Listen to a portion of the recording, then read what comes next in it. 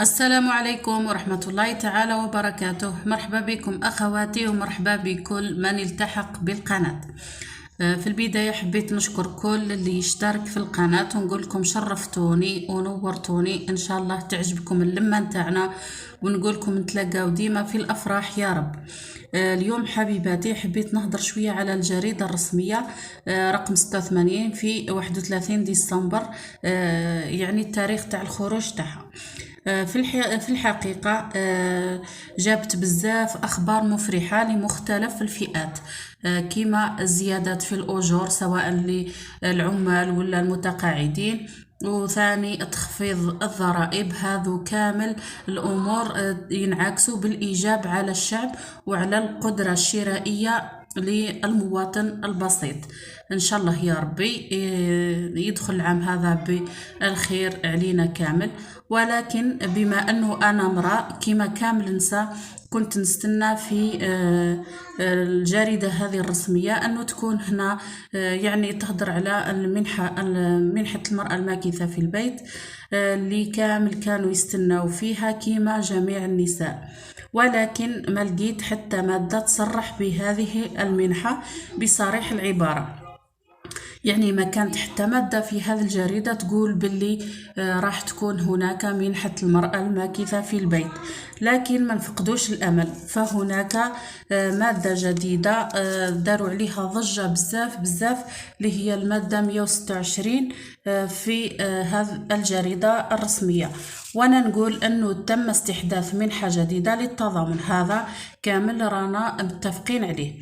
ولكن واحد ما يعرف حقيقة لحد الآن، لو كان جات المنحة المرأة الماكثة في البيت لقالوا هذه منحة المرأة الماكثة في البيت بكل بساطة، ولكن مازال ما هضروش عليها أبدا بالتفاصيل. يعني كي نجي نشرح لكم هذه المادة واش مكتوب فيها تفهم باللي المنحة هذه مخصصة اللي ما عندهمش دخل ولا للفئة اللي ما عندهمش دخل. هذا هو الشرط الوحيد المصرح به اللي مكتوب في هذه المادة. أما باقي الأمور ولا باقي الشروط ولا الفئات اللي راح تستفيد من هذه المنحة راهي مازال ماهيش موضحة أبدا. شوفوا مع بعضنا ونشوفوا ترى كاين الفئات ولا مازال ما كان حتى حاجة. شوفوا واش تقول المادة هذه: تنشأ منحة جزافية للتضامن تمنح للفئات الاجتماعية بدون دخل. يعني هذا هو الشرط الأول تاع هذه المنحة. تحدد فئات المستفيدين من هذه المنحة وشروط وكيفية الاستفادة منها عن طريق التنظيم. تسجل الاعتمادات المالية المخصصة لتغطية المنحة الجزافية للتضامن بعنوان محفظة برامج الوزارة المكلفة بالتضامن الوطني، وتوضع تحت تسيير وتنفيذ وكالة التنمية الاجتماعية. واش نفهموا من هذه المادة أخواتي؟ بكل بساطة أنه الفئات اللي راح يستفيدوا من هذه المنحة والشروط تاعها راهم ينظموا فيها، يعني لحد اليوم ما نعرفوش شكون هما ولا حتى القيمة تاعها ولا شكون يعني اللي يقدر يستفيد من هذه المنحة. وحاجة أخرى نفهموها من هذه المادة أنه راح تكون تحت المسؤولية تاع وزارة التضامن، وراح تكون مسيرة من وكالة التنمية الاجتماعية اللي راح تنفذها وتكون مسؤولة عليها. وحاولت نحوس على هذه الوكالة ونشوف واش هو الدور نتاعها. لقيت باللي وكالة التنمية الاجتماعية هي مؤسسة عمومية تتمتع بالاستقلال المالي والشخصية المعنوية، تخضع لوصاية وزارة التضامن والمرأة والأسرة. ركزوا مليح، تهتم بالمرأة والأسرة والتنمية الاجتماعية.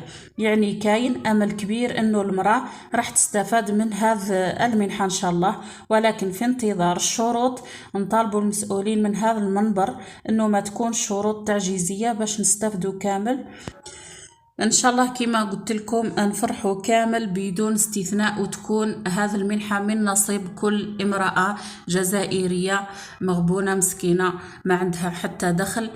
ان شاء الله يشوفوا لهذه الفئه. كاين بزاف فئات تستاهل هذه المنحه.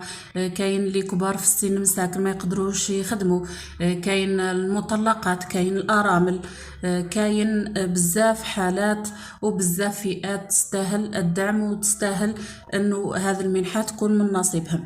وفي الاخير اللي عنده اخواتي اي تعليق ولا اي اضافه او اي حاجه ممكن هو يكون فهمها احنا مازال ما فهمناهاش، يكتبها لنا في التعاليق باش نستافدوا كامل من هذا الفضاء المتواضع. وان شاء الله يكون فيديو تاعي نال اعجابكم. اخيرا نقول لكم اخواتي اشتركوا في القناه ليصلكم كل جديد، والى اللقاء.